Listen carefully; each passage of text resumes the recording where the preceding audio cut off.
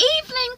Listen, I did watch the Secrets Revealed edition of The Real Housewives of Atlanta. So I have a couple of quick notes. But the main thing I want to say, I'm going to say this at the beginning, I'm going to say it at the end. That's a wrap. Woo!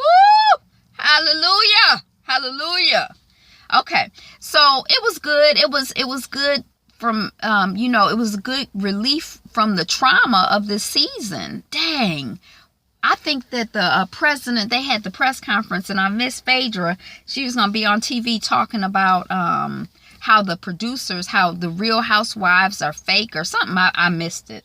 But, I had that question. Well, she said somebody told her. Well, who told her? Is it Carlos King? I had already heard that rumor, but let's come out and talk about it. Let's talk, boo.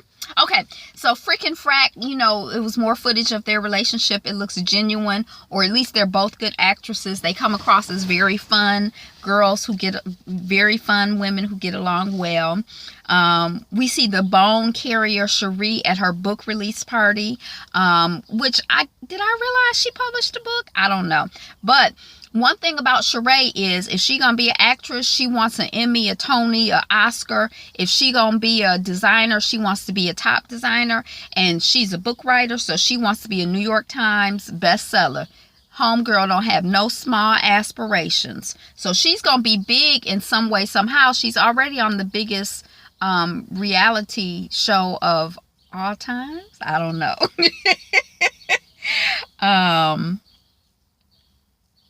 We see the Sheree and Phaedra talking about Block, and they were only together for a couple of weeks or whatever. I don't know. I ain't really follow all of that. The Thelma and Louise scene with Kenya and Phaedra was very cute. They looked very fun again in their scarves. And we found out there that Apollo was actively contesting the divorce. So one of the things we already know this, we've talked about this. If we didn't know, let's talk about it again, this whole editing process. And one of the things I really, you really get a sense of from this little secrets revealed thing is that how much footage they actually have and how many different angles these stories could have taken that they did not take.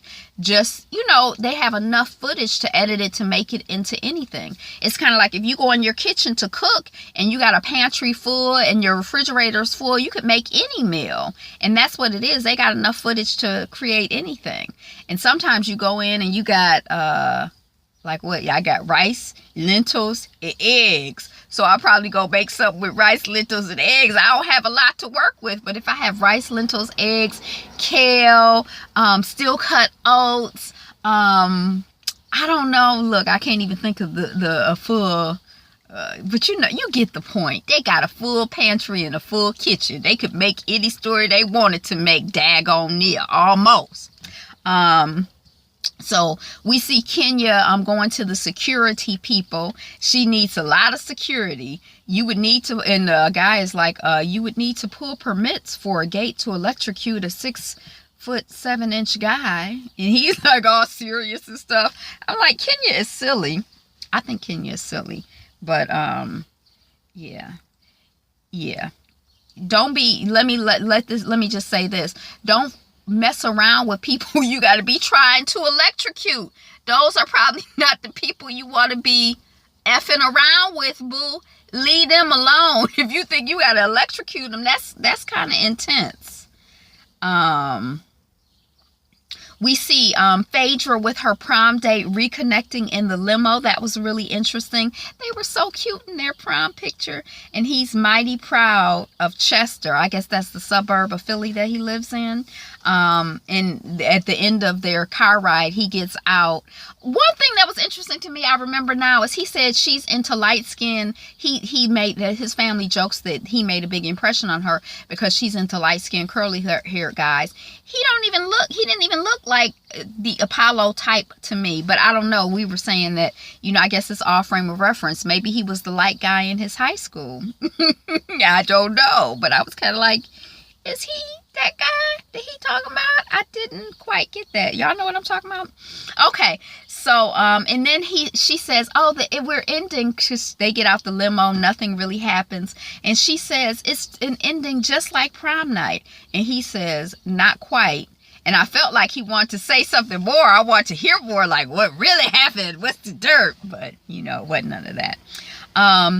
Who is the little boy with Ace's parents? Who's the little boy with Ace's parents? Is it Marvin's son? So there was some footage where they were at the park or the beach or something, and there was a little boy with Candy and Todd. And I'm like, who is that little boy?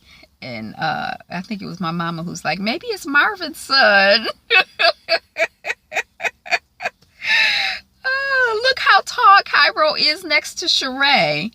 I like to see Daddy Bob with Cairo. I'm a family girl. I like to see family type activity. It looks very wholesome to me, and I like for them to be having good relationships.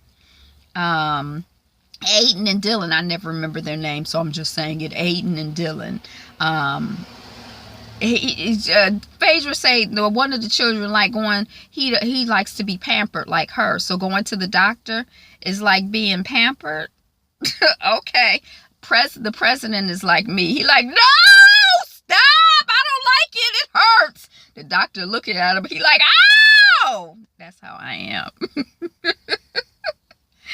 Cynthia's going to make Peter and me cry over this divorce. That little scene, I was like, woo. It looks so. Okay. Unleaded gas in a diesel truck. How that happen? I thought they had different nozzles. Candy left Ace's cute little business owning behind at home alone. His official first photo shoot. She wants him to be a businessman. Well, I hope he has the opportunity to go wherever his heart leads him, if it's into business or a business in addition to whatever else, we send that out. Yes, Ace, I love that. Cynthia, do you think I was not going to notice that Peter was gone? Oh, Noelle. She said, you think I was not going to notice that the man was gone? And Cynthia's like, I was looking for the right times. That scene was it seemed so sincere and genuine. And Noelle said, rightfully so, truthfully, right, she was right on target. She said the right time is before I get to the blogs, and then people be texting me asking me if I'm okay, and I don't even know, because I ain't got time to be reading the blogs, because I'm a cute little girl who out here doing cute little girl things. Yes, Noelle, yes. And Sheree and your husband, your baby daddy, y'all gotta talk to your children. People, let's talk to the children. Glamping and camping. Kenya is so annoying. I don't know what that was, but I just felt she was so annoying. Those kids are so cute. Oh my gosh. And that tea time on the boat with Survival Skills 101. Survival Skills 101. If it rains, hide under the table. I'm like, what kind of survival y'all got? In that scene, I think it was Kenya, where she said, you are not invisible. I see you. She was talking to the children. That was so sweet. And she was so tender with the children. And I am just so here for it. And to Kenya, I say, through the universe, we see you and we love you, and you are not invisible either. Your mama, if she got issues or whoever got issues and they act like they pretended like they didn't see you, they see you. We all see you, boo. Just relax with it. You ain't got to do the most to be seen. We already see you. And that was very sweet. Hawaii, Portia with copies of the text. Baby Todd. The real Toddler is at not Candy, but Portia's man. He speaks. Y'all, have we heard him speak during the regular season? I didn't even know he could hardly talk. And then she used this language, casualty of war, which to me sounds very similar to collateral damage. Frick and frack. Okay. So that's a wrap. Oh, hallelujah. So that's season 9 of season 9 of the Real Housewives of Atlanta is over. Woo! But I guess this drama is going to be ongoing. So, and then I heard, this is like totally off the subject, but I heard a video on, must have been on YouTube, of some guy who had been on Married to Medicine. And I guess he was a designer, Rico or something. I vaguely do remember him, but I missed the whole drama with him, or I don't remember it. But I guess there was some allegation out there about him that he felt was untrue. And he talked about how it really hurt his reputation and how distressing it was. And just, you know, his relationship with the people,